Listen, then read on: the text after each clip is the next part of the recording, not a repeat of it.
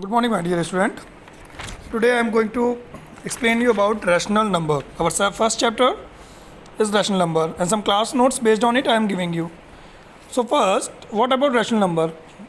So any number which is in the form of a upon b is called rational number, where a and b are integers. Integers. Do you know what are integers?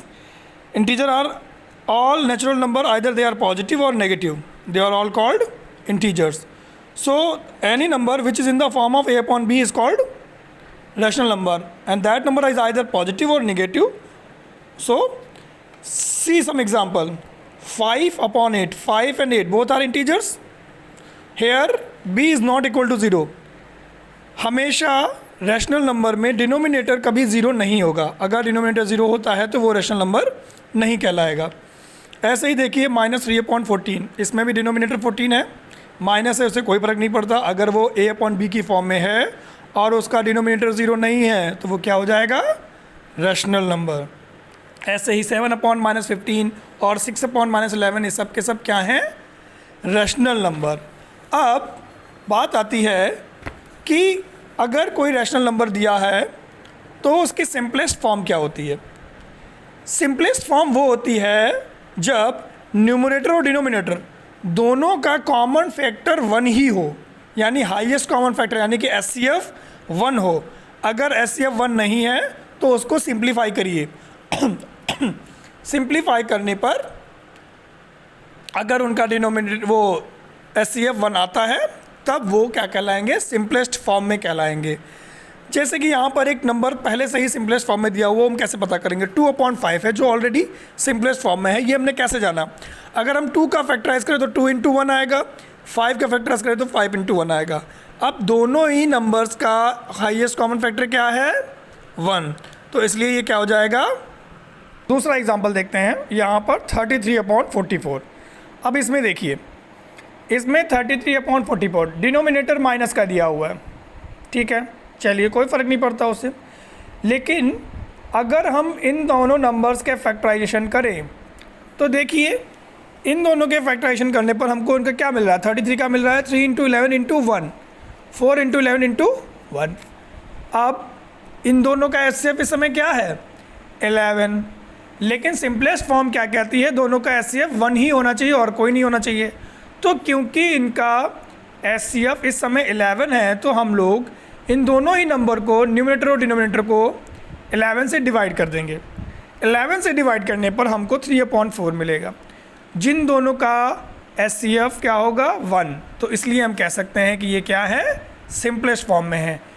Total concept ये है कि कोई भी number, कोई भी rational number हो तो उसका हमको एचसीएफ यानी हाईएस्ट कॉमन फैक्टर 1 ही बनाना है, चाहे उसको हमें जिस भी डिजिट से डिवाइड करना पड़े अदर मेथड्स में. वैसे ये पैटर्न है कि पहले आप इन दोनों के फैक्टराइजेशन करिए.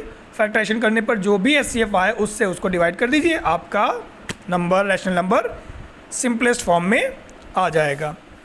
अब बात करते हैं कंपैरिजन की.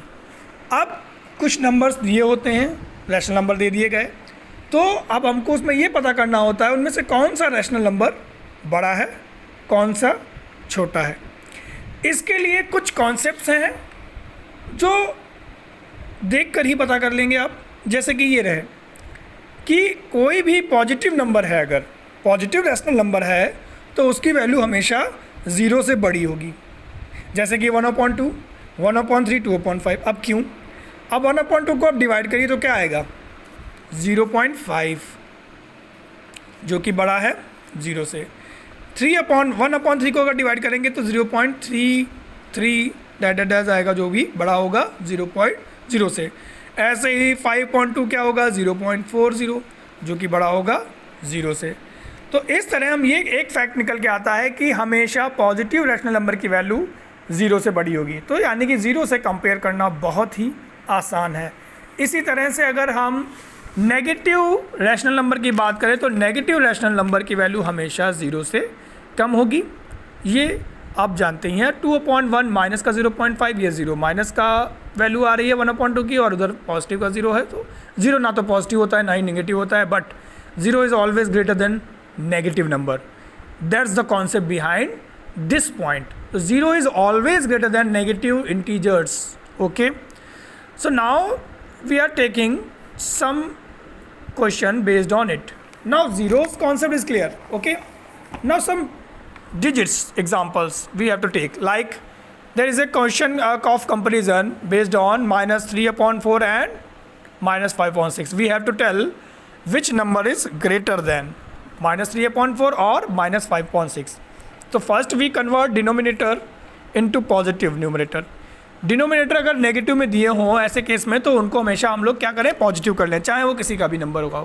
अब यहाँ पर 3/-4 इसका डिनोमिनेटर माइनस का, और यहाँ पर -5/6 इसका डिनोमिनेटर प्लस का है. तो इसमें तो कुछ नहीं करना, इसको पहले हम पॉजिटिव करें. तो पॉजिटिव करने के लिए ऊपर और नीचे यानी न्यूमरेटर और डिनोमिनेटर दोनों में -1 से मल्टीप्लाई कर देंगे. तो देखो क्या होगा, मल्टीप्लाई करेंगे तो 3 की -1 से मल्टीप्लाई होगी तो -3, और -4 से मल्टीप्लाई होगी तो क्या आ जाएगा, -4. ओके, माइनस माइनस प्लस तो प्लस का 4 आ गया. और बाकी दूसरा नंबर हमारा क्या था, -5/6. अब क्योंकि हमें कंपेयर करना है, कंपेयर कैसे कर लें, क्योंकि इनके तो दोनों के डिनोमिनेटर डिफरेंट हैं. अगर हमने लास्ट ईयर यानी कि क्लास 7th में ये कॉन्सेप्ट पढ़ा था, नहीं 6 में पढ़ा था आई थिंक, कि अगर दो फ्रैक्शनल नंबर्स के डिनोमिनेटर सेम हो तो जिस नंबर की न्यूमरेटर की वैल्यू बड़ी होती है वो नंबर हमेशा बड़ा होता है. ठीक है, तो जिस फ्रैक्शन के दो फ्रैक्शंस अगर वैल्यूज़ दी गई हैं तो उनके अगर डिनोमिनेटर सेम है तो जिस नंबर के न्यूमरेटर की वैल्यू बड़ी होगी वो बड़ा होगा. ठीक है, तो यही कॉन्सेप्ट इसमें होगा. अब क्योंकि यहाँ पर नेगेटिव है तो नेगेटिव केस के में हम लोग जानते हैं जो नेगेटिव नंबर छोटा होता है वही बड़ा होता है. नंबर लाइन पे अगर रिप्रेजेंट करें तो जानते हैं आप लोग. तो जब हमने इन दोनों ही नंबर्स के डिनोमिनेटर को बराबर करने के लिए क्या करेंगे, इन दोनों के एलसीएम लेंगे. इन दोनों के डिनोमिनेटर हैं 4 और 6, और 4 और 6 का एलसीएम आएगा 12. ठीक है, तो अब हम दोनों ही नंबर के डिनोमिनेटर को 12 बनाने की कोशिश करेंगे. तो उसके लिए हम क्या करेंगे, पहले नंबर यानी 3/4 में 3 से मल्टीप्लाई करेंगे. तो जब इन दोनों के डिनोमिनेटर बराबर किए तो देखिए ये आया -9/12 और ये आया -10/12. अब -9 और -10 में कौन बड़ा है, -9. So obviously -9/12 is greater than -10/12, क्योंकि नंबर लाइन पर अगर देखें तो -9 -10 से बड़ा होता है. ठीक है, -9/12 किसको रिप्रेजेंट कर रहा है, -3/4 को, और -10/12 किसको रिप्रेजेंट कर रहा है, -5/6 को. ठीक है, अब देखिए हमने जो बात बता रहे थे, देखिए हम जब भी कंपैरिजन करेंगे जब डिनोमिनेटर रैशनल नंबर के बराबर होंगे तो क्या होगा, हर केस में अगर पॉजिटिव न्यूमरेटर है जो है वो ग्रेटर होगा. जो in case of positive numerator greatest will be greater, यानी ग्रेटेस्ट मतलब पॉजिटिव नंबरेटर के केस में जिस न्यूमरेटर की वैल्यू सबसे बड़ी होगी वही नंबर बड़ा होगा, और नेगेटिव के केस में जिस न्यूमरेटर की वैल्यू स्मॉल होगी वही नंबर ग्रेटर होगा. आप जैसे कि -9 और -10 में देखिए, वैसे हम लोग जानते हैं 10 बड़ा होता है और 9 छोटा होता है, वो है ना, लेकिन इस केस में -9 जो है ना, तो वो बड़ा होगा -10 से. इसीलिए इस पॉइंट को कहा गया है कि in case of negative numerator smallest will be greater, यानी स्मॉल लग रहा है 9 है ना, बट नेगेटिव है तो इसलिए वो बड़ा होगा. ठीक, अब कुछ क्वेश्चंस हैं इस पे बेस्ड, ये इसमें दिखाए गए हैं, इनको आपको अपने आप करना है. ठीक है, ये असाइनमेंट के तौर पे हैं, ये हम आपको